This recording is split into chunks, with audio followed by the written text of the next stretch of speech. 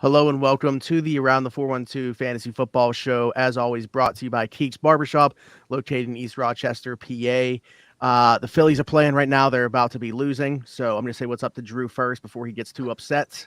Drew, I actually am not looking at it right now because I have to quote tweet that the show's on. All right, so Drew's here. Also, as always, with us is Joe. Joe, I know that you've been still recovering your respiratory system, not 100%. So we're not still in like flu game stage, Joe Frick, but not 100% yet either. Yeah, it works out for everyone because no one likes to hear me talk. And if I go on too long of a rant, I'll get tired. So we'll keep it short and sweet, get you the info you need, and get back on with your day. Also, shout out to everybody whose team's going to suck that's on bye week this week. Dude, you probably have a winning record, and I'm very jealous of you, but enjoy this L. My team sucked anyways. So Drew always calls it Hell Week for certain teams whenever they have a bunch of players on bye. But generally speaking, for like entire leagues, this is probably what we would consider Hell Week. When you talk about Buffalo, LA, Minnesota, and who's the fourth one? Philadelphia. Philly, yeah. So, I mean, the amount of fantasy relevant players on those four teams, unbelievable. But yeah, Mechie the Goat already in here. I think he put this in here literally before I said a word. So shout out to him for being early on this. Start Waller or Hill. Taysom Hill, I'm assuming, Taysom, yeah. right? Yeah, tight end. Waller, I mean, like, where do you guys, did you even rank Taysom Hill in your tight ends? I did. I had him had him at like 13 just because it's a short week and they're still missing quite a few of the receivers. I feel like game script isn't the word that I want to use, but they need to do something other than throw the ball to Olave or Kamara. So I envision that there's some sort of like 10 to 12 plays where Taysom Hill can get the ball. That being said, Vegas has struggled a bit in terms of staying healthy. They've had a lot of people in and out of the lineup. I think that Waller actually didn't practice today. They didn't specify why. He has a hamstring injury. That's what it was for? Yeah. Okay. So I don't know if that's going to hold him out. I know Foster Moreau returned to practice today, so there's options there. But if they're both going to be active for Sunday, I would be starting Waller. To his point, the whole game script thing, I think that Taysom Hill only blew up because they had so many injuries on that team. Olave went out with his concussion. Thomas and Landry are already out. I don't think they had much else besides Kamara, so they were just trying to do anything they could. Yeah. All right, so Waller it is there. Should I trade Debo for D-Hop, says Mark. It's hard to make a trade like that without seeing Hopkins on the field first.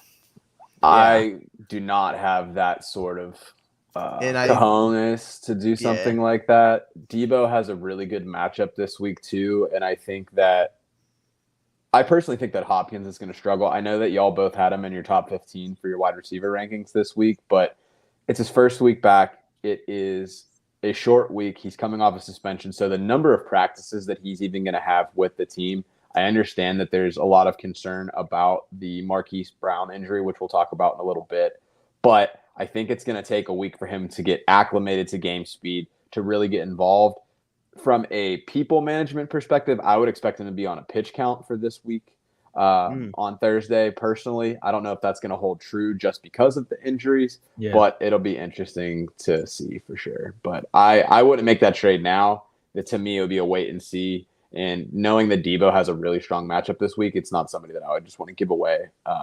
That value will still be there regardless of what Hopkins does. You can make that trade at any time. It's really hard for me to envision a world where D-Hop convinces me that should be a trade that's made. Yeah. Like, I know that you mentioned where I have D-Hop this week, and it's funny because last week talking about him returning, I said I'm not super high on him. I guess if I was a believer in a Rondale Moore or something like that, I probably would have him more towards that like nearing top 15 upper echelon and not have D-Hop in there. I just feel like an Arizona receiver is going to be in that range, and I'm not a Rondale Moore believer. So even with him being on a pitch count, maybe with it being his first game back, I'm throwing a dart at it. So you wouldn't subscribe to him, is what you're saying. I would not subscribe to him, is what I'm saying. Interesting. But hey, I'm going to give you the opportunity. You're going to have a platform maybe later in the show to talk about it. Maybe that's true. Yeah, I don't think he's going to be on a pitch count. I think because like he's been posting on Instagram his workouts and stuff. I think he's ready to roll, and I think because of the fact that Hollywood Brown is out, they're going to be forced to let him roll. You know who also posts their workouts on Instagram? Give up a run.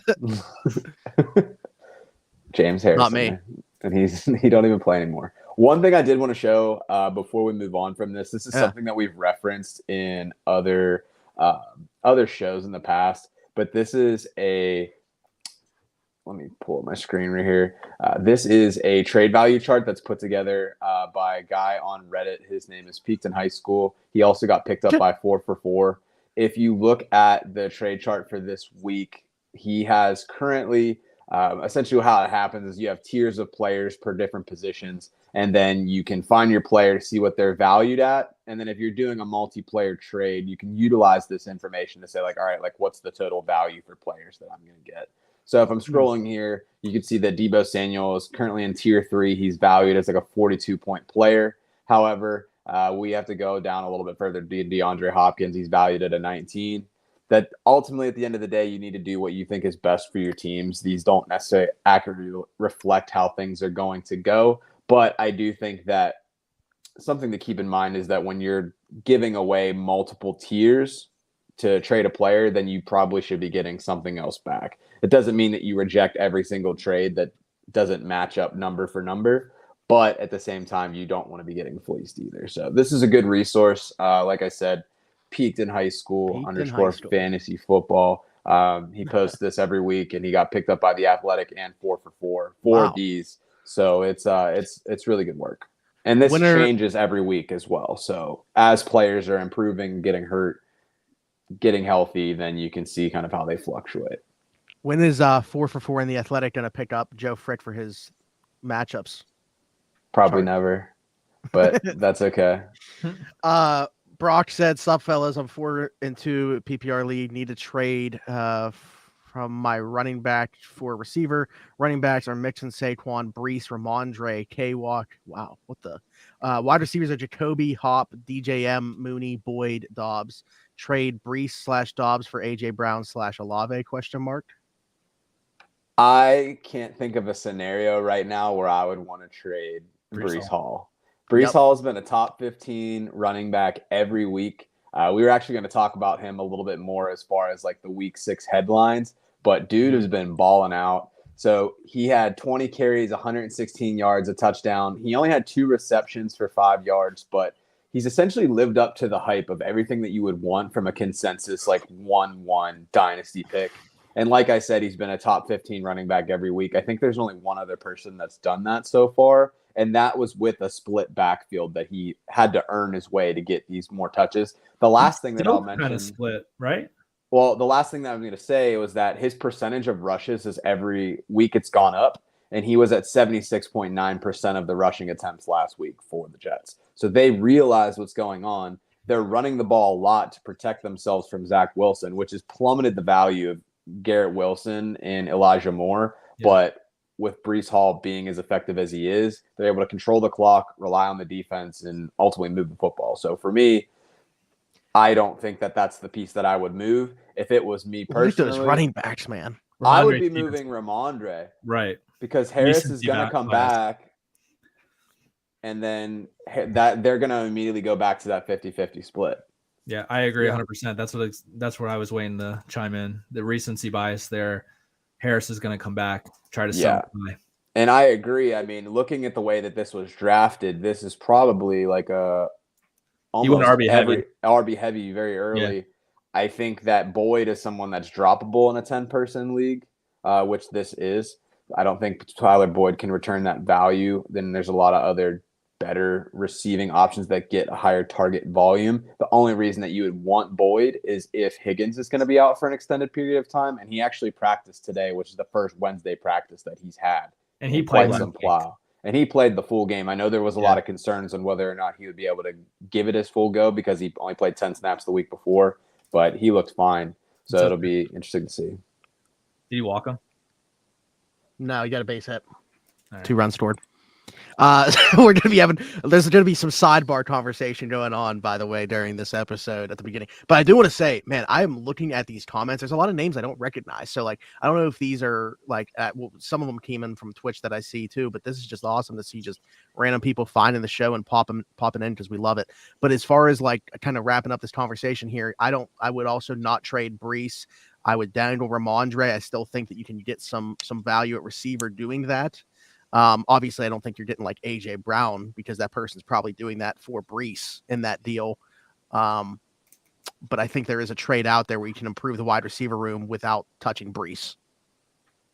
Somebody that you might be able to look at who's struggled a bit, and they have the worst matchup on paper this week, is Christian Kirk. Christian Kirk got peppered with targets the first 3 weeks of the season. They've had a really tough stretch of games, but moving forward, the Jaguars have the easiest schedule for the rest of the season. And I envision that they're going to try to find the way to get the ball in his hands more. You've slowly seen how they have incorporated ETN more and more each week. And I think that Trevor Lawrence, he ultimately had a couple rushing touchdowns, which took away from a lot of the fantasy prospectus for the running backs and wide receivers for that team. But I think that Christian Kirk is somebody that you could target as like a buy low right now that you wouldn't have to give up an arm and a leg to get. Yeah. But I do like that. I have Christian Kirk and I just keep playing him because I know that he's going to be closer to what he had been before the last couple of weeks. Jacksonville's been really weird. They're like a plus 24 point differential, but they're 2-4 this year. Yeah. Yeah, very odd, but it is a 10-team league that he's talking about here. While we're on the D-Hop convo, I got offered Keenan Allen for him. Herbie is my QB. Is Keenan Allen ever going to play another football game? That's my question with this. Did he hurt his hammy in week 1 or was it week 2? Week 1. He'll be back this week. Okay. Are we sure? Did he practice today? He tweeted it. He tweeted last week that he was coming back this week. They just wanted to be precautious. Yeah, but he's got to get through practice. And he's done that before where he said, don't bench me. I'm not going to be a decoy. Yeah, and then went out. They gave him an extra week. He said he could have played last week. Okay. I'm always going to be skeptical on Keenan Allen, but this is 2 players that I'm pretty skeptical about in D-Hop for Keenan Allen. So where do we stand on this one? Going back to that trade chart, they have Keenan Allen in a tier 5 with Gabe Davis, Deontay Johnson, Amari Cooper. Mm-hmm. Hopkins falls into like a tier 6 with Christian Kirk, Drake London, Chris Olave, Brandon Cooks, Tyler Lockett.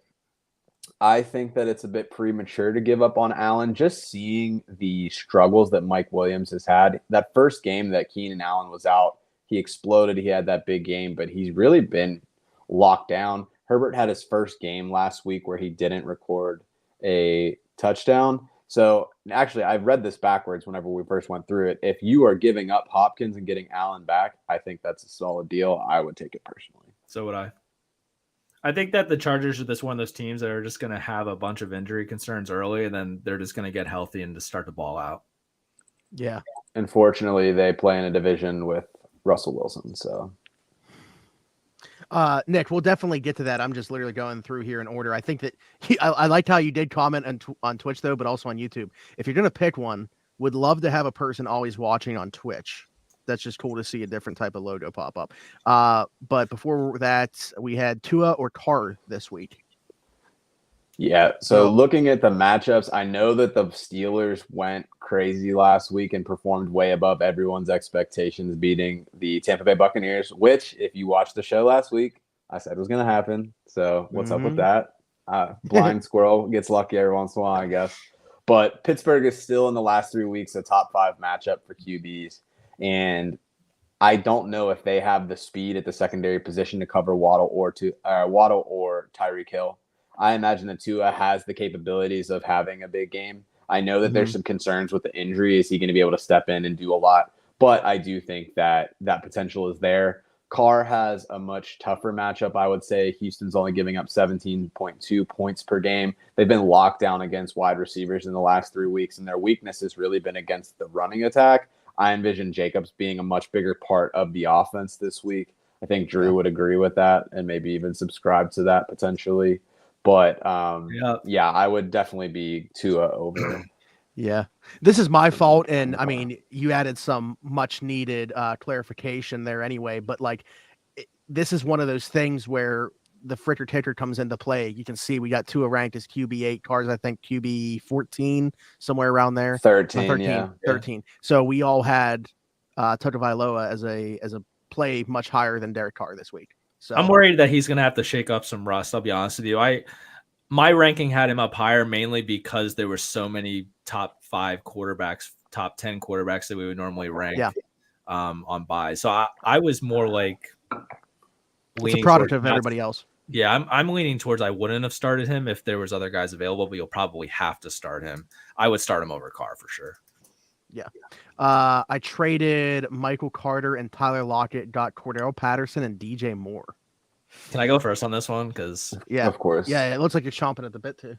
I'm doing it because you're going to be shocked by my answer. I prefer in this trade to get Tyler Lockett than I do to get DJ Moore or Cordell Patterson. To be quite honest here, Geno's playing well. The Panthers are just an absolute shit show that unless you have Christian McCaffrey, you need to stay as far away from that team as possible, in my opinion. So I'm a little. Hey, maybe Sam Darnold saves the day. I saw that they just activated him from IR, right? We've seen that show before. No Robbie Anderson in town, though. The Patterson part isn't bad, though. It's just a matter of how long he's going to be out. And his knee injury is kind of a mystery. They just threw him on IR and never really told us anything else about what it was. Mm-hmm. So I'm speculating here, and I feel like he probably had a meniscus injury where they trimmed it based on the timeline, but we still don't really know what that is. So that could linger like all year. So I'm worried about that. Joe?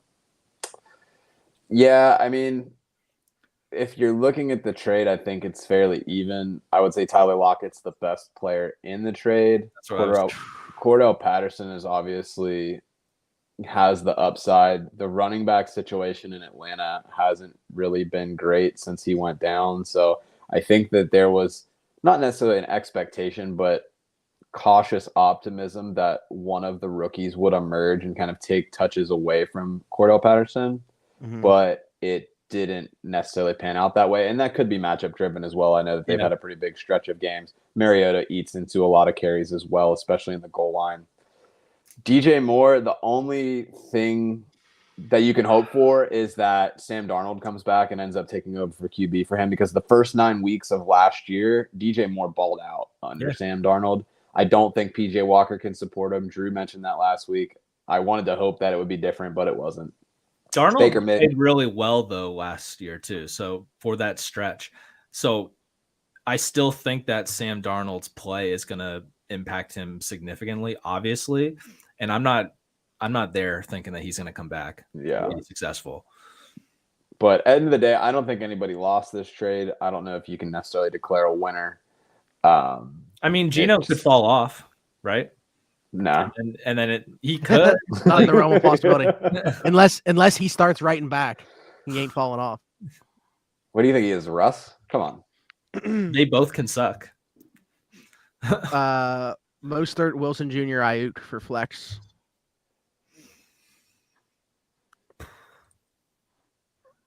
Man, how does this happen every week that everybody just like talks about our guys?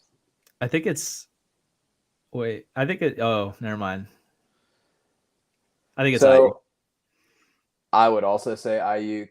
You could, if you're looking at the matchups, Kansas City has been pretty weak on defense across the board, so I could see a scenario where you want to play Wilson Jr., but he seems to be in the doghouse. They're getting some pieces back on the running back room, so Davis Price returned last week. There's some concern that he might lose the touches that he has. I also don't really like playing a running back in flex in the PPR unless I absolutely have to.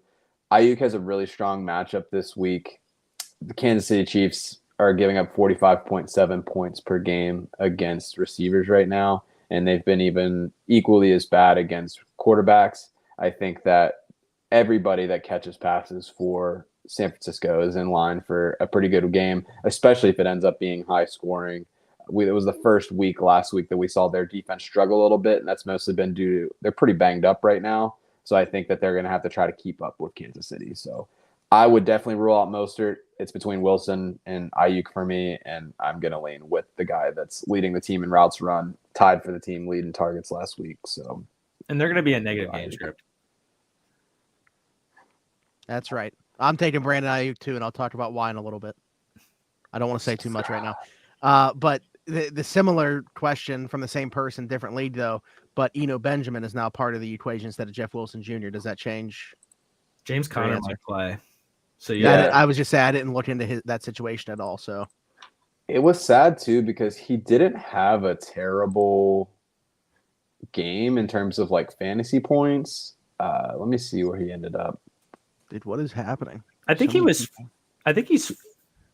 fine last week. It's just that there was a lot of other running backs that were getting their first start that just blew up, so it made him look more mediocre. Like he only had 9.6, which would have made him running back 25, which doesn't really give you a lot of confidence. He going against Ken Walker, who put up 21.97 and a touchdown. It just felt like very upsetting, but it felt like it was a missed opportunity. He played all of the snaps essentially, except for 9. But he had 37 yards on 15 carries and got saved by passing work. So I think that if you think about James Conner not playing,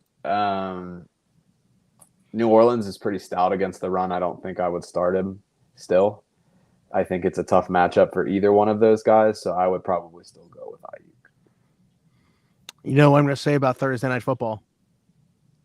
Take the under? I don't want fantasy players playing in it if it's like a coin flip or anything. So, but in this case, it's not anyway because I love Brandon Ayuk this week. So, did we get this Ramondre question by the way from Brock? Who can I get for him? Oh, we talked about that. You gave Christian Kirk. Yeah, that's what I was saying. We kind of talked about Christian Kirk. I don't know whether we saw it. I didn't see it beforehand, but you kind of tied it in. Okay. Regardless, I can add to that though. What I would do is I would just go to the team that's desperate, that needs to win now, and be like, this guy has more upside right now to get you back in it, and try to take one of their wide receivers. Yeah, just kind of like, hey, I'm shopping this guy. Who do you want for him? Kind of thing. I think somebody that a great target for that would be somebody on bye like a Gabe Davis, where it's like if they need a win really bad. Yeah. You can give them Ramondre in a plus matchup. You're getting a player that.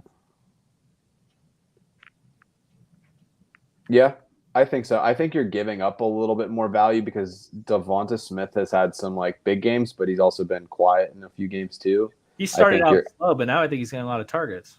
I just think you're overpaying a bit for that. So I would target somebody like a Gabe Davis, Keenan Allen, Amari Cooper. That would kind of be the tier of guys. Who's Gabe Davis? Some guy that I just hate on constantly, and then anytime I text you guys about where he's at, he scores a touchdown. I'm 8 away. Legitimately, right as I'm 8 away. Also, I have both Jalen Hurts and Patrick Mahomes. I wanted to keep both until we got through the buys, but who is someone I could get for Hurts? Literally, Jesus Christ himself. Yeah, quarterbacks are always tougher, though. I feel like it depends on. I mean, with a guy like Hurts doing what he's doing, I guess maybe it's a little different. But it always, for me, with quarterbacks, depends on how much the other person values the quarterback position. Would you absolutely trade Hurts and not Mahomes? I would try to trade Mahomes, but I think everybody's going to want Hurts because of the rushing upside. Yeah. Mm-hmm. But if you look, if you have a top 4 QB this year, it is such a big difference. The idea of streaming QBs this year has sucked. It just has not worked. Mm-hmm. And for whatever reason, defenses have just played a lot better this season. So you don't have that just run and gun, everybody can pass sort of thing happening. So if you can have one of those elite waiting guys, on the quarterback this year was a dumb idea. That's how weird this season has been. But I don't agree with it. It's just true. I'm just saying I was one of those people. Yeah. And I have been for a long time. And it's this is the first year where it's really come back to bite me the way that it has. Right. And I think too, I don't think that in a scenario like this, you use this as a 1-for-1 trade. I think that you take somebody that's a wide receiver 2 or probably a wide receiver 2 or a running back 2. You pair that with one of these quarterbacks and you get an elite player back for it. So I think it ends up being a 2-for-1. You're making them a little bit better, but you're making your team better in return, which at the end of the day is all you really care about. Yeah. They added that they have Diggs, Pittman, and Myers. All right. I mean, I don't know what Cool. to really do with that information in terms of the quarterback. I think that we're all on board with it's probably Mahomes if you can move him where it's like you're getting the same amount of value regardless of which one you're trading. But I don't know that would be the case. He was talking about that trade from earlier, the Michael Carter Lockett. So he okay. stacked at wide receiver, so that's what he was saying. Yeah. All right. Cool. You know, the way that these come through sometimes, at least on my screen, Yeah, it's hard to put together like, you know, two comments going together. Yeah, I it's not like a understand. string you have to of... scroll up and find the names and make it make sense. Standard 8-man league, who I trade away and for who. 3 running backs, 2 receivers, 1 flex. Oh, wow. Cook, Kamara, Jay Wilson, Patterson, Hunt, Mike Williams, Sutton, Higgins, Moore, D. Smith. I like that a lot, that if you're in a smaller league that you just have so many more spots, that makes it so much more fun. I love that idea. Sidebar. As far as who you're trying to trade, I'm always trying to trade bad players and get good players. It doesn't really work that way in life. I think that Hunt is borderline cuttable at this point. He's been just not nearly seeing the efficiency. They've still been splitting carries, but like from a goal line perspective, they just really haven't utilized it the same way. And Cleveland hasn't moved the ball, obviously, with Brissett the way that we've seen in the past. I might move Mike Williams. I don't know. Like it's hard to. Just I mean, you're not getting anything for more. He's coming off a couple tough weeks, though. True. Yeah, I feel like if we go through the players, Dalvin and Keenan Allen coming back. Dalvin Cook just had a really strong week. He's had a couple strong weeks, actually. I know there was some concern earlier, especially when he messed up the shoulder. Was Madison going to come in and they become more of a work share? But he's been dominating touches lately. I don't think that he's been getting a lot of passing work, though. So maybe you can leverage like Cook and somebody like DJ Moore and get one of the top guys at wide receiver or something like that. You might need to throw in somebody. Do you feel comfortable enough about the running backs, though, if he trades Cook? That's a standard league. You don't need the passing volume. That's a good point. I think that I like his running backs the way they are, and I would just try to focus. It's really slim pickings, which I imagine that it's standard. You have to start 3. It's just with Patterson out, you don't really have any sort of depth there. But you also still have to start 3 wide receivers too, so that makes it a little bit more challenging. Based on what I'm seeing here, you have too many receivers, and I would try to stack up with more running backs, even if they're handcuffs or backups or whatever. Somebody like a Rashad White, who if Fournette goes down, immediately becomes like a bell cow back. Somebody like a Jalen Warren, who falls into that same profile. Somebody like Khalil Herbert, who has outplayed Montgomery, that people might be south on. You might be able to kind of make a move for somebody like that, I think. That might be a better way to go. I don't know if you can necessarily 1-for-1 this in a way that would make the team better. So this free agent list might not be completely bare either. Yeah, 8-man. It's still 8-man, even though they're starting more players. That doesn't make up for an entire 2 more rosters of 15 guys. Well, if you added 2 players per team, you have 8 teams, so that's an additional 16 players, right, that you're starting. So in theory, it's almost like playing in like a 10 or a 12. Yeah, there could be someone out there, though. Yeah, for sure. Kenny Walker, Damian Pierce in the flex. What 2 options to have? Yeah, who are your starting running backs? You're disrespecting Damian Pierce and not having him as your RB1. So let's just get this out of the way real quick. Houston has a terrible matchup against Vegas this week. So they've only given up 18. Look at where they're ranked, by the way, real quick on the ticker. 13 and 14. 18.3 points per game. There's a little bit of frick riding on Damian Pierce, I think, in the rankings because Ken Walker absolutely balled out last week. Let me hit you with some Ken Walker stats real quick. So first things first, Seattle has a top 5 matchup against the LA Chargers going into the week. They're giving up 30.2 points per game to to running backs. All right, let me hit you with some stuff that Ken Walker did last week. Hit us. So, by the way, Chubb and Saquon. he played 37 of 43 early down works. He had a 50% split of the short yardage situation, and he was the majority leader in third down plays. So to me, it's like he's a must start going forward. I don't see a scenario, especially where Houston has a tough matchup, and on top of that, Houston has a good matchup in the air that I think that it's tough sledding for Pierce this week. But yeah, he's getting a vast majority of the snaps. That's what I like to see. 47-23 between Walker and DJ Dallas. DJ Dallas is just a guy. Roll with Ken. Respect Kenneth. So I personally had Pierce at 12 and Ken Walker at 15. So Lovie Smith said that I can't go back on my own carries. This Twitch. 20 carries a game he needs it, according to Lovie Smith. I'm like, I never shy away from the volume. I can't shy away from Lovie Smith says either. That's maybe the best beard in sports. So remember when they said in Buffalo that CJ Spiller was going to run until he puked? Was Lovie Smith in Buffalo? Probably. Damian Pierce can run all Listen, day. I really do love both this week. I'm slightly leaning Pierce. Are you guys worried about Chubb?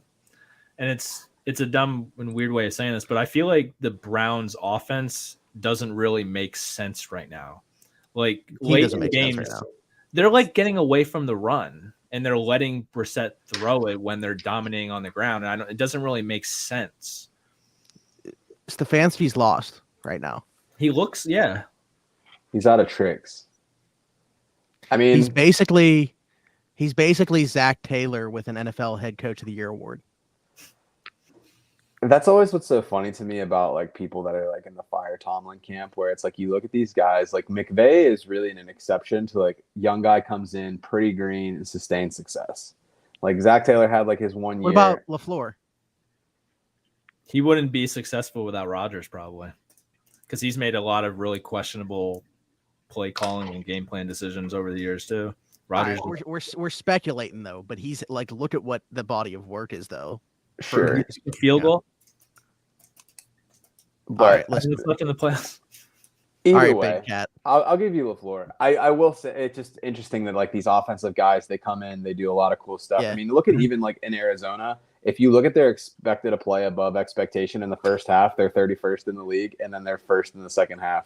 They have very much like the Pittsburgh Steelers offense of 2021, where they don't do anything for 3 quarters and then just like ball out, which is great. It's like the Blake Bortles offense, but it's very scary if it's on your team. But yeah, I don't know. What was your question? What am I scared about? The Browns? Chubb. Yeah, because they're not running the ball the way you expect them to successfully, and they're shying away from it. And then Watson's going to be coming back soon. I guess. What if he's a sell high? Who? Nick Chubb.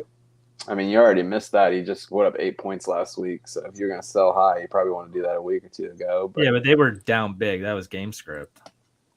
I don't know. I feel like off a name, you could certainly convince somebody still to sell high. Before we move on to respect Bailey Zappi. Hey, that might have been a headline, dude. What are you doing? You're ruining the rest of it. I can't How are believe you that we even even talked gonna about say a that? single injury yet. I played him in DFS 2 weeks ago. You guys dogged the crap out of me. Was I he was in your weak early rankings? though. Huh?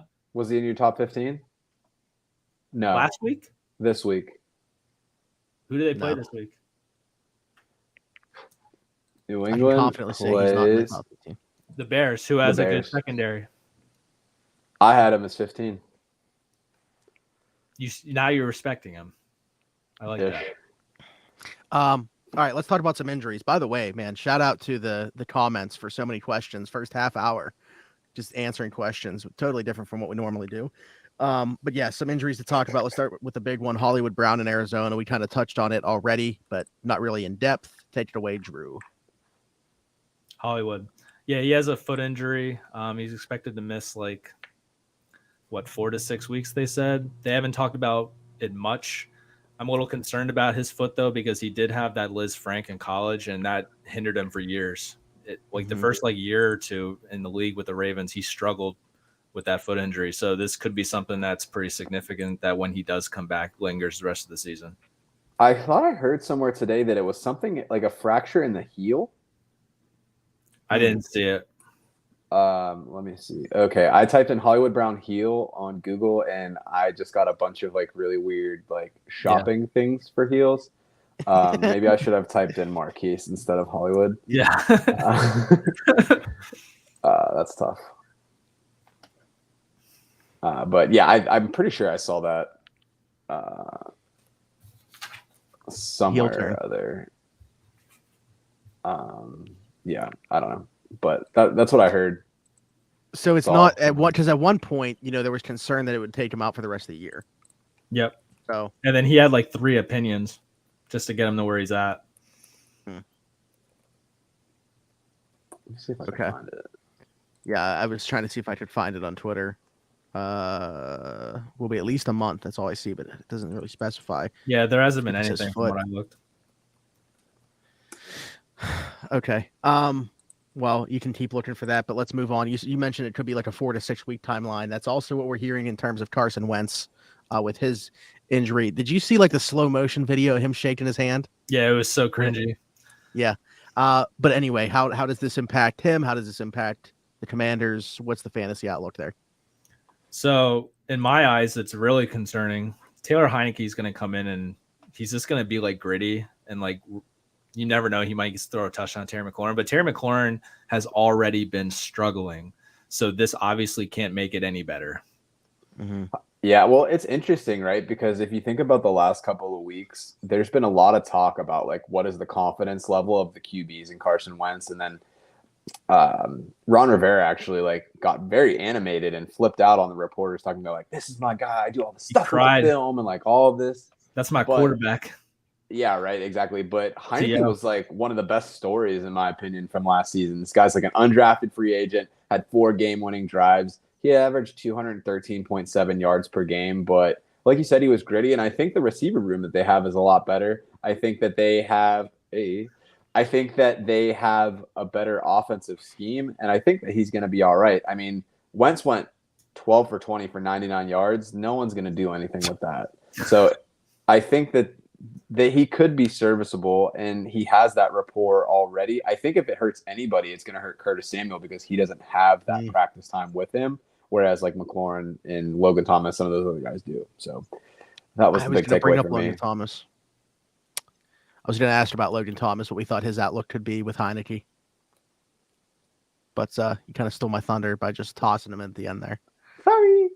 He's still struggling with injuries, that guy. Yeah. It's just tough. Mm-hmm. Same. And then the other one was Melvin Gordon that you got on here, Drew. What's going on with him? So he hurt his feelings. I was wondering where you were going to go with this. I love that. I was I didn't know if he somehow got hurt afterwards. What happened there? But okay. Nope, hurt his feelings, but unfortunately, it seems like he has a full recovery as of 2 hours ago. They said that he'll be back next week as a starter. He had a nice heart-to-heart with what's his face, Daniel Hackett. Who cares what his name is? So, here's my question for you.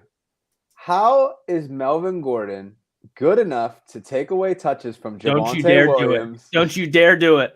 But he gets benched in favor of Latavius Murray off the street. How does that happen? What I called that last week. Over there? I called that last week. I just don't understand it. This did he have a favor in with Russ?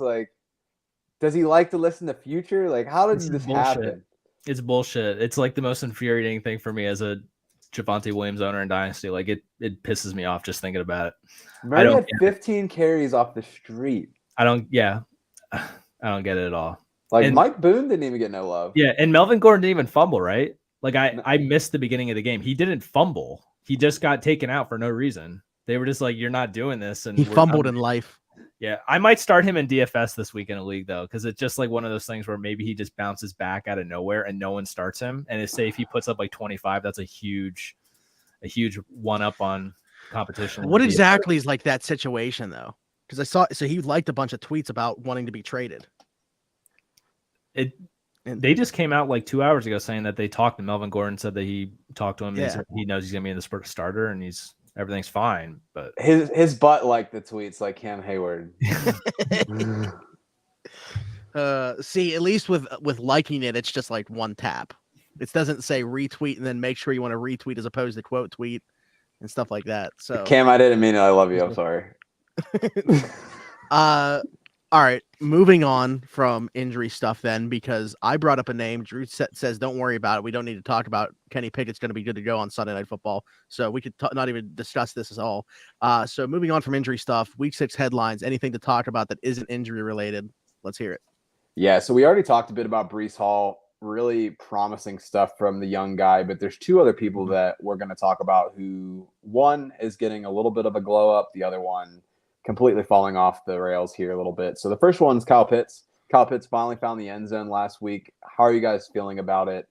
To me, it's a sell high candidate kind of thing because people think that he did a lot with something, but he only had 3 catches. It just like isn't very promising for me. And they're doing a lot of weird stuff with Pitts. I don't know if you're watching the game. He only ran 14 routes. It's 3 consecutive games where he's played less than 75% of the snaps. And Atlanta is only averaging 36% passing plays in the last 3 games. So, like, they have no confidence in Mariota throwing the ball. I think the only thing that would save him, and this is something that we talked about earlier today, is if Ritter comes in and they let him slang it around a little bit. So there's like no real story here. Like I don't think you can sell high on Pitts because it's just not high. It's no difference to me what he's been over the last 5 weeks and the fact that he scored a touchdown now. The reason why he doesn't have good fantasy outlook is because they're winning games and they're being competitive running the ball. They're letting Mariota run an option style offense and they're competitive. So that he said earlier in the year that pissed me off that they didn't want to win fantasy. They want to win football games. Well, at the time it made sense that like you're going to throw to one of your best players to win football games, but they're proving us all wrong that they can win games and be competitive without doing that. And it's just infuriating and it sucks. Like, it's just one of those things that unless the run game starts to fail and they don't have to, or they have to start throwing it, it's not going to get better. And that just is what it is. I don't think you could sell them. I think you just either have to hold and hope for the best. I want to drop him so bad. Yeah, I get it. Like, but who are you going to add? Like, there's no one good. Greg Dulcich, baby, from Denver. I like him. I do you just go off of whoever plays Seattle in that week and hope that they're on waivers? Like, is that a call, honestly? You can't trade Pitts. You can't do much with him besides hope for a miracle. And it's like the worst thing that's ever happened to me. I was so high on him. I reached in multiple leagues for him because this is one of my biggest misses ever in fantasy football. I can't believe I let you guys talk me into that. I will never forgive you. He scored, by the way, that was his first touchdown in the NFL on U.S. soil. The only other time he scored was in the London game. That's right. Yeah. So in the league that I have Kyle Pitts, my other tight end is Taysom Hill. So it's boomer bust, Tyler Lockett of tight ends. Yeah. It's Drake London though too. Like he fell off. I will say for whatever reason, Gerald Everett is available in that league. Got to pick him up. Top 5 play this week. Yeah. I mean, we were just talking Seattle. Also used to play on the Seahawks revenge game. I don't know. And Keenan Allen's going to need an extra week. So the whole Keenan Allen's coming back, and that's the reason why Everett was good the last few weeks, was him being out, isn't going to work for this week. Good podcasting. Yeah, I almost wanted to put Everett as a top 3 play. Oh, I did put him at top 3. You put him at 3, right? Yeah. I think I have him up near like 4 or 5 too.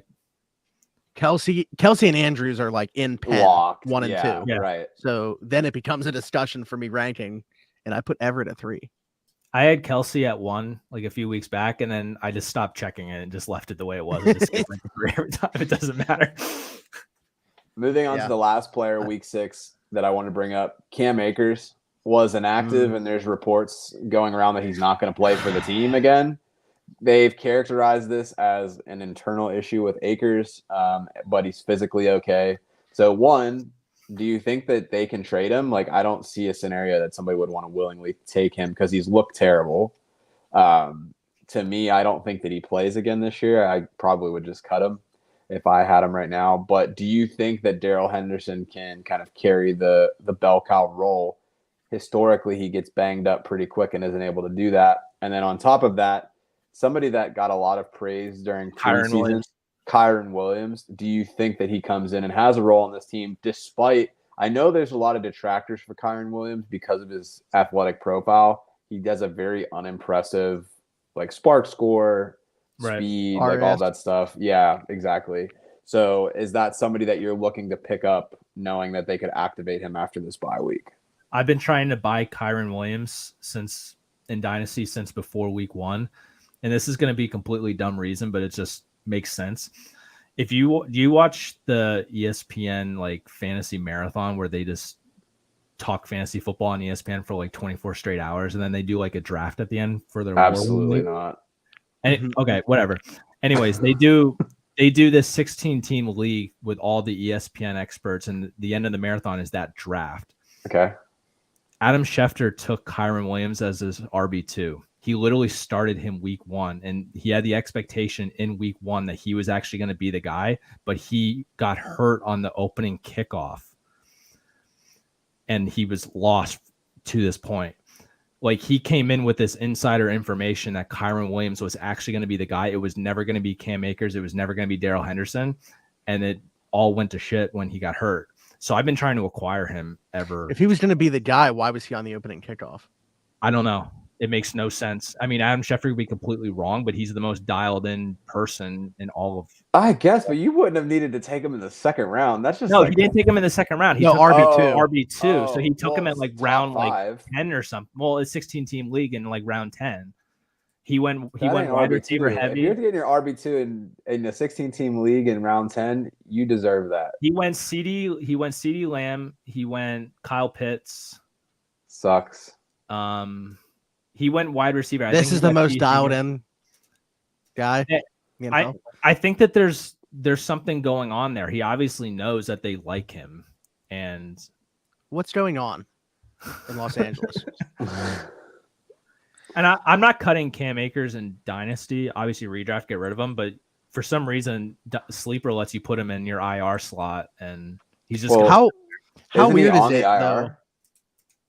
He's just out. If he's inactive, he's allowed to be on IR. But he is on IR, like in real life. He's gonna get. Oh, Akers. Sorry. No. Kyren Williams. Never mind. They opened up his 21-day window. Today, right. Yeah. Okay. So he's going to be back soon, and I think he's going to be the guy. I really do. How weird is it? Not saying he like looked incredible when he came back, but like Cam Akers actually looked more effective last year coming back from that injury than he has this season. Doesn't make any sense. There's something going on where he's just like not giving a damn. Like, I don't know what it is. Like, I don't know if Jared Goff texted all of their teammates about Sean McVay's girl or what and got benched, but like the dude is just, he's not there. Like, he doesn't even look like he was trying when he was on the field. And it's been frustrating for me because I was high on him coming into the season because last year they ran him into the ground. I thought the volume would be there. Speaking of Jared Goff, Amon-Ra and Aaron Jones for Swift in London? ? Full PPR. If I'm getting Amon-Ra and Aaron Jones, that's an easy yes for me. If I'm giving them away, it's an easy no. Atlanta, like we just talked about, doesn't have the passing volume to really make me feel comfortable to have London as anything more than a flex. Amon-Ra has been an absolutely elite player when he's on the field. I think he's fully healthy from the ankle injury now. And Aaron Jones, he obviously had a bad game last week with only a couple touches to his name, but I think moving forward, they do figure that out. So to me, it's pretty one-sided. Amon-Ra, Aaron Jones. I'm with you. I agree. Yeah, I agree. Nice. I love it when that happens. All right. Was that it for the headlines you said then? That was it. All right. Tinder time. Tinder time. All right, everybody. So if this is your first time watching the show, essentially the segment that we're getting into is Fantasy Football Tinder. So you'll see a profile like this appear on the screen. If our hosts happen to be getting a good vibe from the person that's on the screen, they're going to show a little love and swipe right. You'll see the green heart flash up on the screen.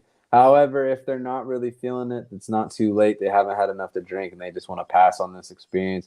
they're going to swipe left and you'll see the red X pop onto the screen. So our first contestant of the day, let me pull up my notes real quick, is going to be David Montgomery. He's 2 weeks returned from injury, but there are some concerns that he may no longer be the lead running back for Chicago. So are y'all still believing in Monty as the starting running back role for Chicago, or do you think that you should move on? So swipe if you still believe in your boy, David Montgomery. Swipe left. I'm out. Wow. Just like that, huh? It's crazy. I was a huge Montgomery fan just like even a year ago. But I've told you, I have a friend, Jacob Infante, who covers the team, the Bears, and the talk with, within the media, within the fan base, Khalil Herbert is the better running back. And I think it's shown on the field too. And I just continue to think it's going to be more of a 50-50 split if Montgomery is lucky by the time that we're talking. If we have this conversation a couple weeks, I think he's actually seeing less than a 50% share there. So I'm out on David Montgomery. Wow. Drew Hannis. Yeah, I agree. We talked about this last week. I think Khalil Herbert's just a better player, and I think he's the better fit for them. He's not. I don't think he's that much of a different player though when you actually look at him by the eye test. I don't know if you disagree, but they think for their scheme he's just a better fit. Khalil Herbert's a big back. David Montgomery's not as big, but he's physical though. Yeah. No, yeah. In terms of like the style, I think it's pretty similar. I just think Khalil Herbert, his profile offers them more. Yeah. It's crazy because Montgomery's just been so like durable. There was like a stat, like 100% of the snaps, I think, and over 25 touches. There was like 6 running backs that had done, or 6 games where a running back had done that in the last 2 years last year. Yeah, and he did 5 of the 6 games were him.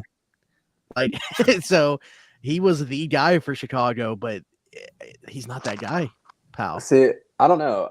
Maybe Sober October is getting to me and I'm just feeling a little bit lonely, but I'm still buying the Montgomery move. I know that Herbert has been more efficient, but they haven't transitioned his work, and I think that's just a reflection of how bad their coach is. I don't care that Belichick says that Eberflus is a good coach. I just don't see it. Since he's been back from injury, he had a 72% snap count in week 5. He had a 78% snap count in week 6. Week 6, he had 15 rushing attempts to Herbert's 7, and then in week 5, it was 12-4. I know that Herbert had that big run and ended up having more yards, but he didn't really do anything outside of that 60-yard run that he had. And I think it's interesting that Justin Fields has really been on the move, as we expected, just because he's such a dual-threat quarterback. The biggest problem that the Bears have right now is that they're absolutely horrendous in the red zone. And it cripples pretty much every player on that team. I don't know. Hopefully you weren't subjected to the end of that Thursday night game last week. But there was so many times that they were inside the 5 and just did absolutely nothing with it. And you would think that one of the 2 of those running backs would emerge and be able to do something there, but it wouldn't happen. But I think out of negligence for the coaching staff, and I think out of wanting to protect Herbert for the future because Montgomery is going to be a free agent after this season, so you might as well run him into the ground. I think that he still gets the majority of the workload for this season, despite being the lesser of the 2 backs. It feels very much Melvin Gordon, Javonte Williams to me last season. I think that they trade Montgomery at the deadline, knowing that he's not in the plans. Maybe I think that he's gone. But there's so many free agent running backs this offseason. They're like, why would you give up draft capital for them? Because they're winning now. You're not going to wait till next year. I guess it's just there's so few trades at the NFL deadline. It always sounds good in theory, but like it just never happens. But his name will definitely be on the radar, I think, for a very possible one. But at the end of it, it's just hard to say, like, yeah, this guy's definitely going to get traded in the NFL because even teams that don't have a win rarely trade expiring contracts. Right. So, it's not like baseball, basketball, hockey, where it's like, oh, the deadline, like, let me shop out all of these people. It just never really works. But I will say what does give me a little bit of pause for this with my answer is looking at snap counts. Khalil Herbert's still playing some special team snaps literally every single game. Yeah. Which is so weird. Yeah. Yeah. Before we move on, I just want to bring one more thing up with the Bears. It kind of looked to me like Darnell Mooney kind of bottomed out and started to go on his uptrend last week. He got more targets. He had They 13 points connected a last little week, more. so Yeah, I think that Could have been maybe more. he's coming back around. Hopefully, he has the most non-catchable targets in the league this year. Yeah. Yeah. It's like Could have had a 30%. Yeah. He should have had a touchdown. He was wide open. Real quick before we move on, though, unrelated with CMC trade speculations, should CMC be held onto or traded? Hold on to CMC with dear life. I don't care where that dude's playing football. If somebody's trading for him, they're going to utilize him. And it's been like 20 games that CMC's been healthy where he either has 100 yards of total offense or touchdown. There is very few people that I would even remotely consider trading CMC for. Like, it would have to be a haul. So to me, he is absolutely unmovable. I agree, but I also would always listen just because I just fear him making it all year. I always will. Yeah, I get that his situation literally cannot be worse than what it's been. He's also had like no plus matchups. Yeah. And so you're basically seeing his floor right now, and still 13.7, 14.8, 12.5, 21.3, 19.9, 19.3 this year. Yeah, he has a good floor. Mm-hmm. But I always worry that he's going to get hurt. I always will. The only person that I could realistically like consider trading him for would be Cooper Kupp. I knew you were going to say that. What about Justin Jefferson? No. Still no. Mm-mm. Too much concern about Kirk's inconsistent performances. Like, I know every week that Kupp is going to ball out. Yeah. Justin Jefferson has had some flop games. So it's like the floor just isn't there as much. Allen Robinson outscored him last week in PPR, though, by the way. Just like completely insane. That should have been a headline. Yeah. Sorry. It is now. I clearly don't do enough for this show. I'll work on it. I'll be better. All right. So you guys swiped left on Monty. Understandable. Let's move on to our next profile. Is Wan'Dale Robinson the one that I want? So he emerges last week. He sees the field for the first one. I was thinking more Greece, but that works too. Oh, okay. Sorry. Yeah. No, it's okay. We'll just delete this part of the show. It's totally cool. I'm not worried about it. But he only played 15 snaps, but he was second on the team in targets and scored a touchdown. So how are y'all feeling about Wan'Dale given the health and situation of the Giants receiving room? And is he somebody that you're picking up either if you picked him up on waivers or as a free agent after waivers cleared? So swipe left if he is the one that I want. You are the one I want. Didn't even finish it. You guys are terrible. I was reading that. Respect Greece. I'm literally I have to look him up because I did not pay attention to that game last week, being at the Steeler game or any other game. So yeah, I didn't watch it either, but this is easy for me. They have no one, and someone eventually in the wide receiver room to catch passes. So I would take a flyer on any receiver that pops up in that system. Just like everybody took flyers on Darius Slayton last week. This week it's Wan'Dale Robinson. Well, which is crazy to me because Darius Slayton was absolutely hated by the Giants in preseason. Like, they're like, don't even show up. Like, we don't like you. Yep. And then he was leading in snaps and routes run last week. Like, that's how desperate it is right now. And the Giants have a great record. Like, what the hell? They're not for real. There's just no way. That defense is so good, though. I get it, but there's just no way that they're gonna like hold this up, and that they're in the worst division to be in for them. I'm a believer, like big picture, long term. I think they finally got it right at coach, and like you're saying about the defense, this season though, it's hard for me to buy into them being serious. Exactly. Do you think that Daniel Jones is earning another contract though? No. He might be earning a tag. Yeah. Maybe. Yeah, I don't think you can go long term with him. It would be so risky if he just regresses. It seems like he's going to be their quarterback next year, though, which no one thought would happen. Yeah, well, they're going to be in a spot where it's like how – or they have or do they – no, they don't have Chicago's pick, do they? No. They do. Not this year. They traded up for Fields. Yeah. Yeah, but they okay, I didn't know. Yeah, so I thought that they had that last year. I didn't know they also had it this year. Like they had their first in 2022, but do they have for 2023? But Fields got drafted last year, right? So they swapped. No, I'm talking about the draft that happened in 2022. Fields was drafted in 2021.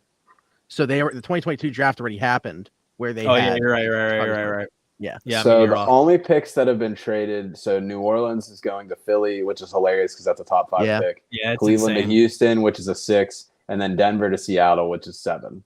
Okay. And So then they don't. Miami forfeited their 17 or wherever they end up, and then they get Miami, and then Detroit gets the Rams. Oh, that's right. There's only 31 picks in the first round next year. Right. Why did Miami have to forfeit? Was that because of the Stephen Ross tampering with stuff. Sean Yeah, okay. Tampering with Sean Payton. Well, the reason I was asking was because it's pretty, like, to me, even though I'm not necessarily believing what they're going to do in the playoffs, I think the Giants are going to make the playoffs this year. They're still probably going to win. You think they're going to fall off that hard? Yes. Have you seen their schedule, though? Still, they have to play the Eagles twice. They're going to have to play the Cowboys again. I think that they lose 4. Did they play the Cowboys already? And is that their one loss? I think Cooper Rush beat them. They lost to Dallas. That's 3 more losses that I think that they get. I feel like they'll squirt away. But they haven't played the Commanders either time. I feel like they lose one of those. Just Lions, Texans. Yeah. I mean, I still think they're going to win like 10 games. My point being here, big picture, is I don't think they're going to be in a spot where without a trade up, they can get a quarterback. I do think Daniel Jones is their quarterback next year.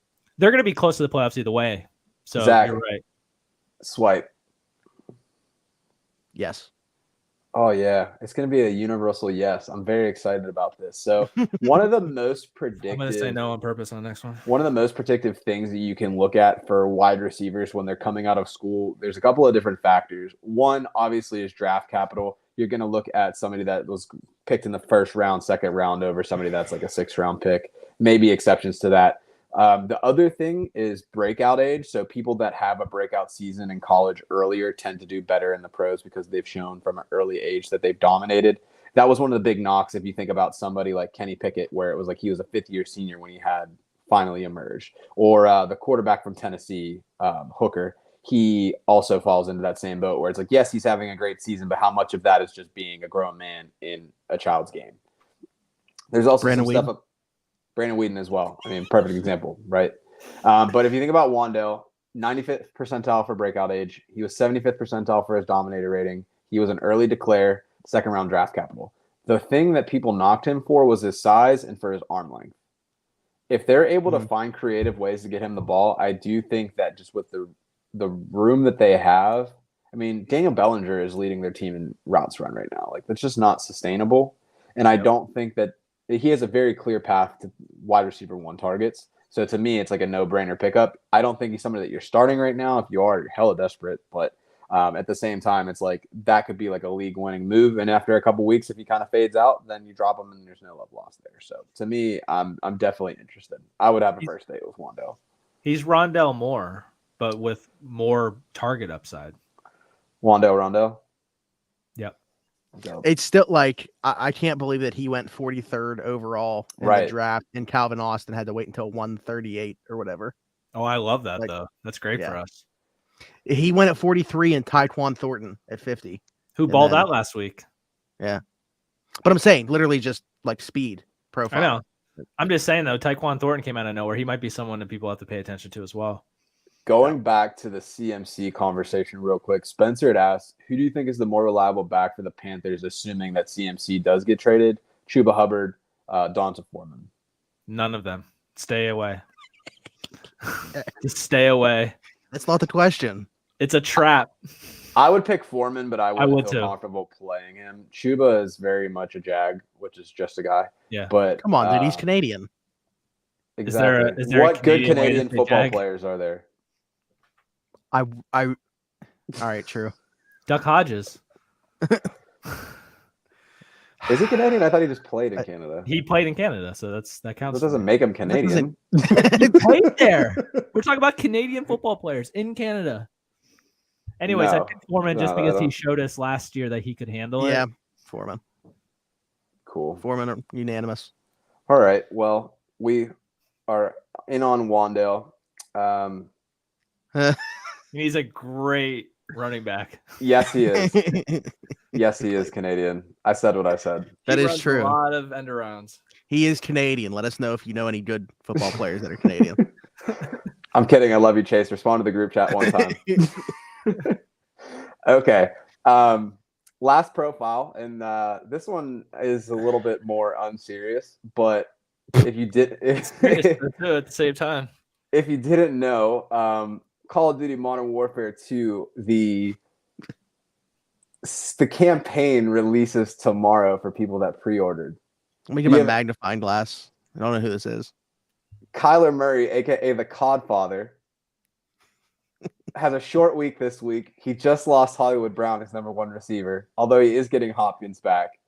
Do you have any concerns moving forward with Kyler amidst all of this negative news that you're seeing? It's always a short week for Kyler Murray. First and foremost. So you would know. So let's get that out of the way. Jesus Christ. I don't know. You brought it up earlier with the Cardinals offense literally sitting on their hands for 3 quarters, basically. And then they kind of pick it up in the fourth. Kyler still ends up being like the top 10 quarterback play for our rankings every single week. Obviously, he has the rushing upside, getting DeAndre Hopkins back, but losing Hollywood Brown. How do you balance those two things happening in the same week? I tend to lean towards being concerned. So you're swiping, no, but it's not necessarily. Kyler It's not Murray. necessarily. As I know we're making a joke about it, but it's not necessarily due to the COD. You have legitimate concerns. Yeah. But numbers don't lie. Money don't lie either. All right, Drew. Swipe right or swipe left? I'm not concerned this week. He's going to buy the game before he heads over to the stadium, run home really quick, allow it to start downloading while he's playing, come back and play.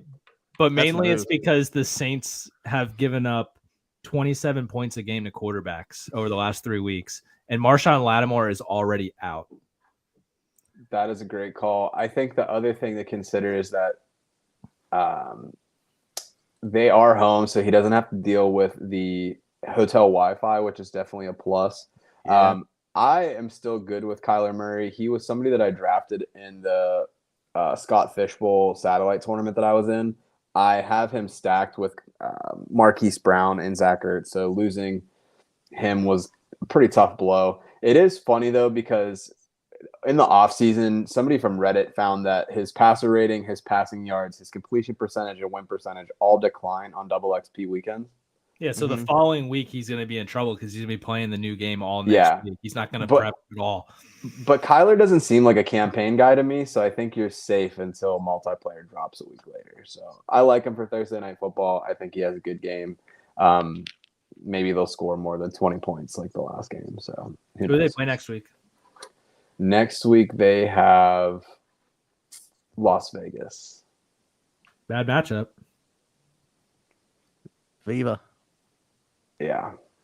And if he has a bad game against them, everybody is just going to point to the Call of Duty stuff. It's going to be wild. Cool. So we're out of profiles for today. We'll try again next week. Looks like we have some good swipes, some bad swipes. But, yeah, thanks for playing, and we'll do it again. So next segment that we got is our subscription to our weekly Only Fantasy Players. So each one of the guys has selected one player that they're going to subscribe to for some premium content this week that they're especially excited about.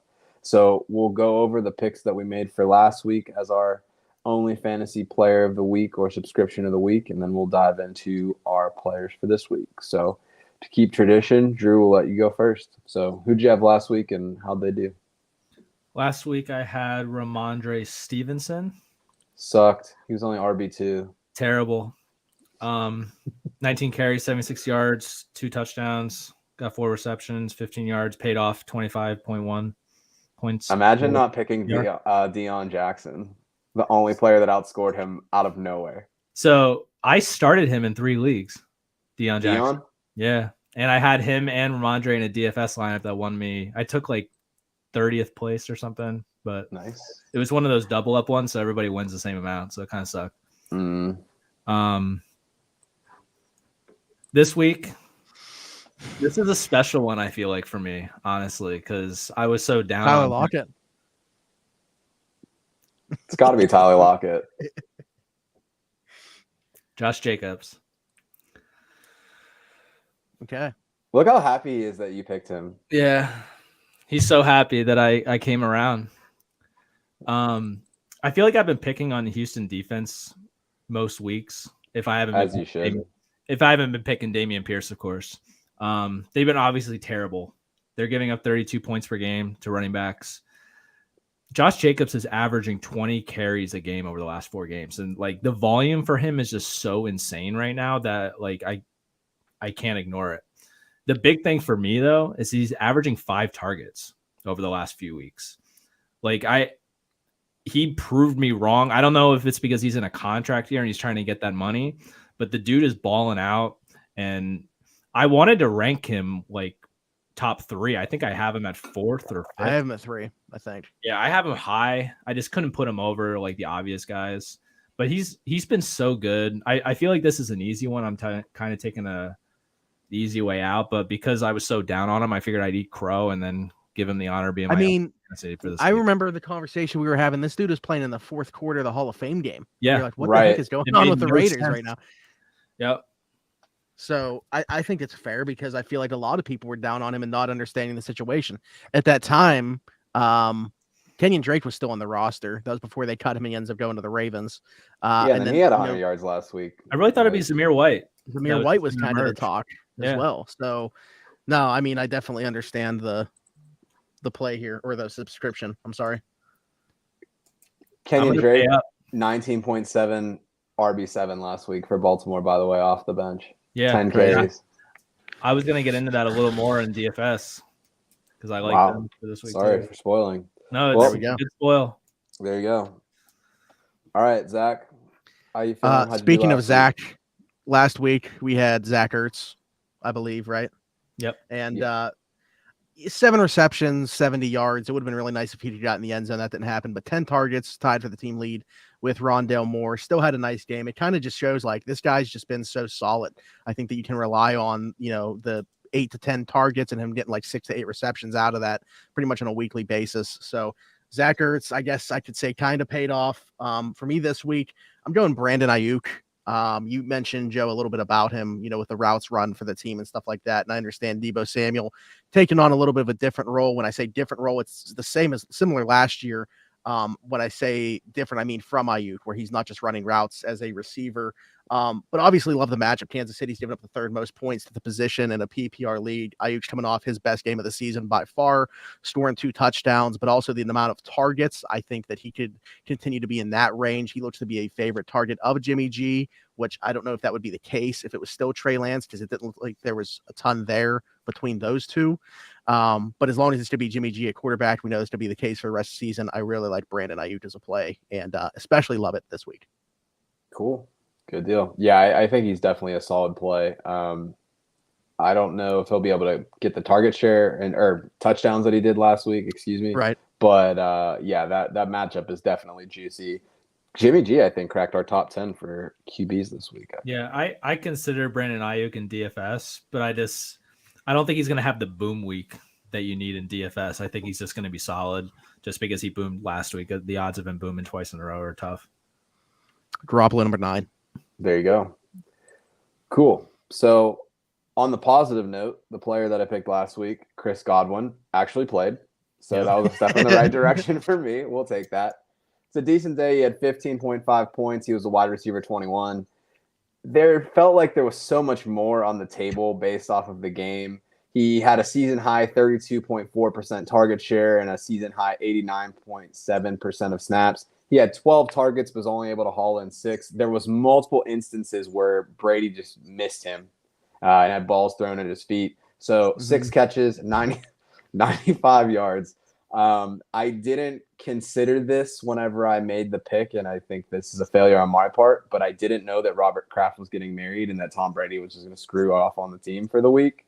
Otherwise, I might have picked somebody else. But shout out Kraft for the W, so I'll take that. Yeah, so how many times did Brady actually practice last week?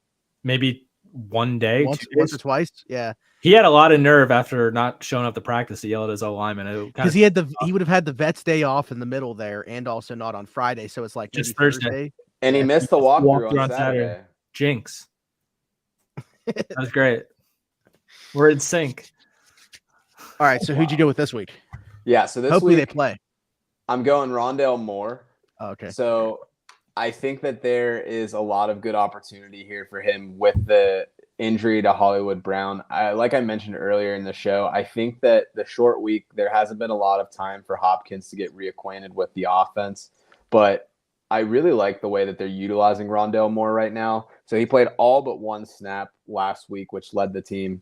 He was tied for the team in targets last week with 9. And something that's also interesting is that Moore played ahead of AJ Green, who's somebody that I was like, okay, like who emerges as like the other receiver on the other side of Hopkins? So Moore played on the 2 receiver sets, 16 out of the 17 snaps last week over AJ Green. So realistically, AJ Green becomes like your 3rd receiver on the field, but I don't think that they're going to not have Rondale Moore on the ground or on the field. He might play every snap this week. New Orleans has given up 50.9 points per game in the last 3 weeks. And like Drew had mentioned, they're not going to have Lattimore this week. So easier coverage that's going to go towards Hopkins. I think that leaves Rondale Moore in a spot where he could really boom. We'll see what happens with it. I'm hoping for a big game. I had him pretty high in my rankings. I had him in my top 15. So putting the house on him. Oh, wow. Top Yeah. 15. Yeah, I mean, I could definitely see it. We kind of talked about it with like the whole D-Hop thing. It's just I'm leaning that direction. If I was a Rondale Moore believer in terms of the player, I could definitely get on board with that. I mentioned Zach Ertz tied in targets last week with him, so he got 10 targets. Yeah, we will see. If we do see D-Hop on a pitch count, love this play. Or subscription, I should say. Speaking of plays, DFS time. I can pull up Joe's charts. I should have this ready. What am I doing? Amateur hour.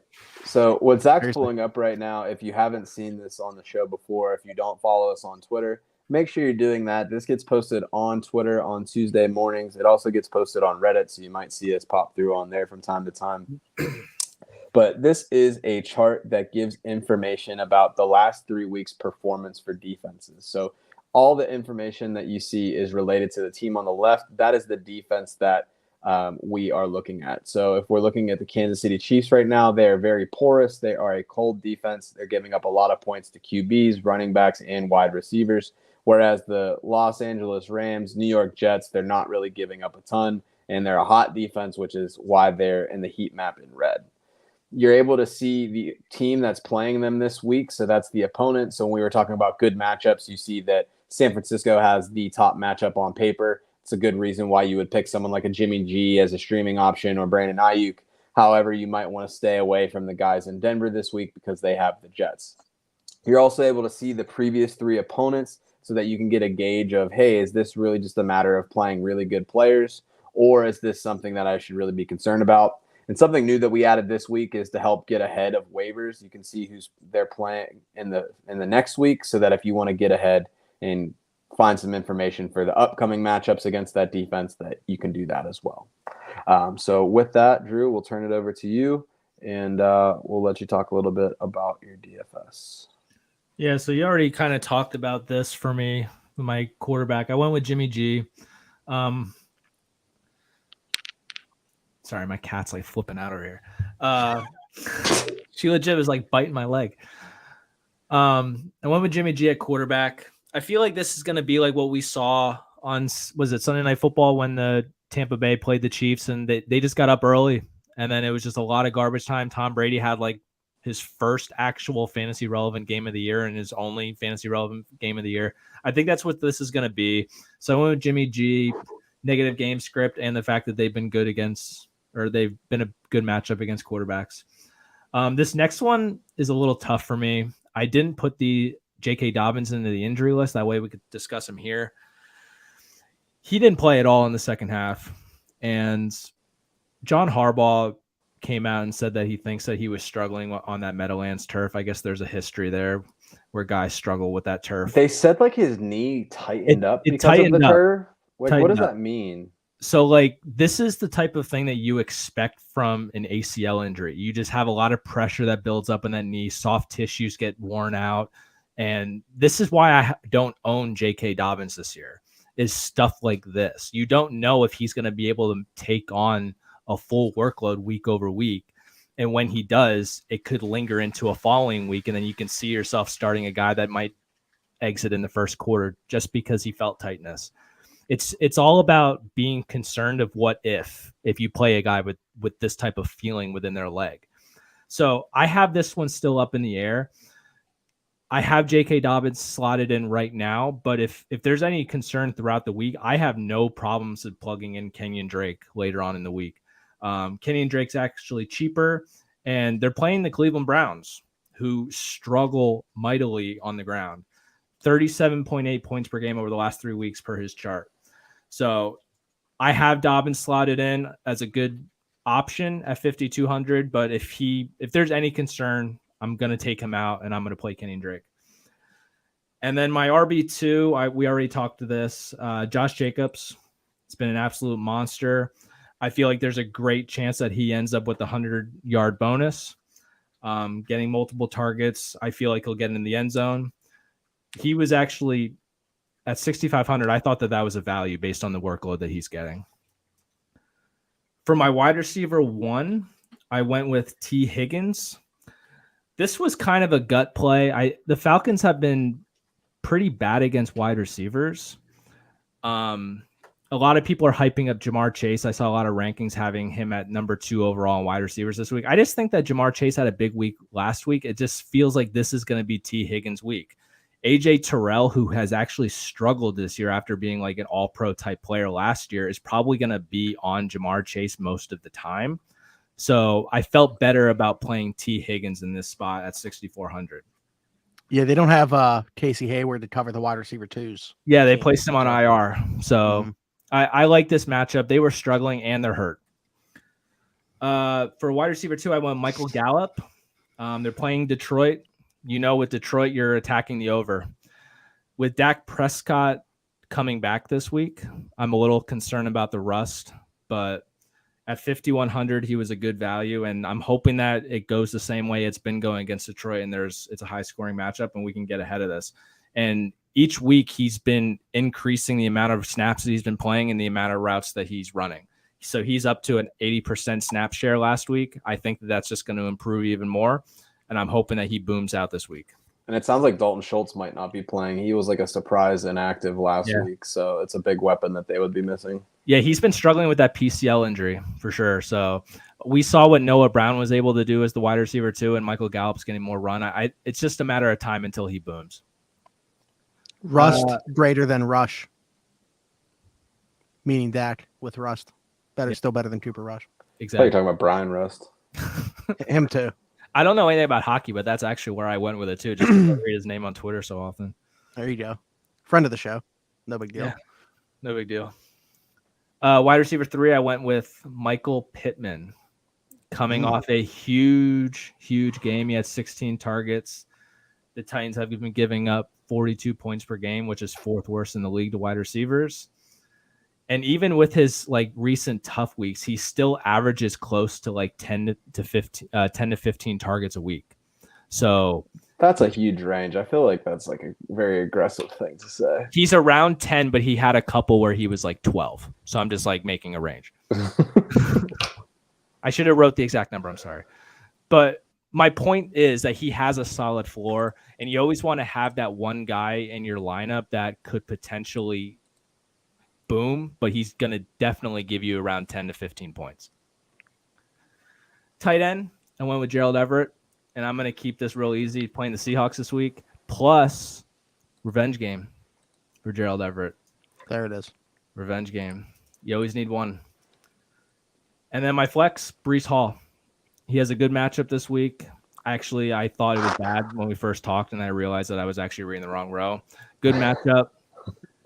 And he's just been so good. Like, he's the type of guy that I don't care what his matchup is this week. If it was bad, I just trusted the talent and how he's playing that I was going to throw him in this lineup even before even looking at the schedule.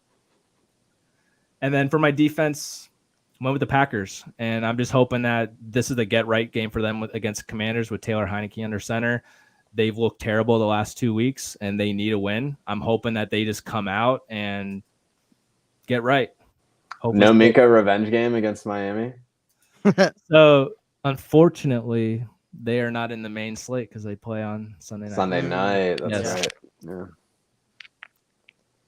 Tough. Okay. Any closing thoughts? Just before to I go add on to my that spiel? is when I have these DFS lineups, I actually do play them. So if they suck, I'm losing money with whoever's listening. Yeah. That's why that's we good put to it know. at the end of the show. Yeah. This was a long show, but as I mentioned, we spent like 35 minutes or so answering questions at the beginning of this, which was great. I mean, I saw at one point, I think we had like 11 people at one time, which does not sound like a high number, but when you see what we're normally at and then see, that type of activity, it was really cool. So appreciate everybody that was in here for, even just 1 minute, let alone the entirety of this hour and 25 minutes plus that we're going on now. Yeah, if you guys don't have anything else, I would just want to wrap up like I always do, and I always will this time of year, talking about the couple GoFundMes that we got going on. Watch the links to those will be in the bio of this, wherever you are watching or listening. I think it's super cool that you can also put links to stuff now on Spotify and Apple Podcast or wherever people listen to the show. Start off with the Isla Keen fund, which is going on GoFundMe right now. Actually, as of this past week, just went over $30,000 raised so far. In the getting close to 2 weeks since it's been going on. A friend of mine tragically lost his life. He was the one that passed away at Acrisure Stadium. He left behind a 2-year-old daughter, and the GoFundMe is for her future. Obviously, with that, there's going to be a very financial burden on the family to keep that going. And just anything that we can help do, we are going to do so. So the link to that will be in the bio of this. And along with that, I think that it ties in very well with the Rockin' Around the 412, which we've been doing it for 5 years now. In the first 4 years, we've raised over $20,000 to give back directly to families at Christmas time in the area. Every single penny that is donated goes to gifts for the kids of families. Last year alone, we were able to help out 13 families, 30 kids across those 13 families, and give them Christmas in its entirety. Tyler, my co-host of Around the 412, and I never had to worry about where Christmas was coming from. And the mission of this is to do that exact same thing and take away the financial burden for these families at Christmas time. And Isla is somebody that we had decided immediately we're going to be doing that for. She's the first Rockin' Around the 412 kid of 2022. So thank you in advance for the donations, because we know that her Christmas is going to be taken care of and the family doesn't have to worry about something that should be far in the back of their minds at this point in time. So the link to both of those will be in the bio of this, wherever you are watching or listening. And we can't thank you enough for contributing to both of those. So, and also while you're here, subscribe, like, leave us a comment, all that good stuff.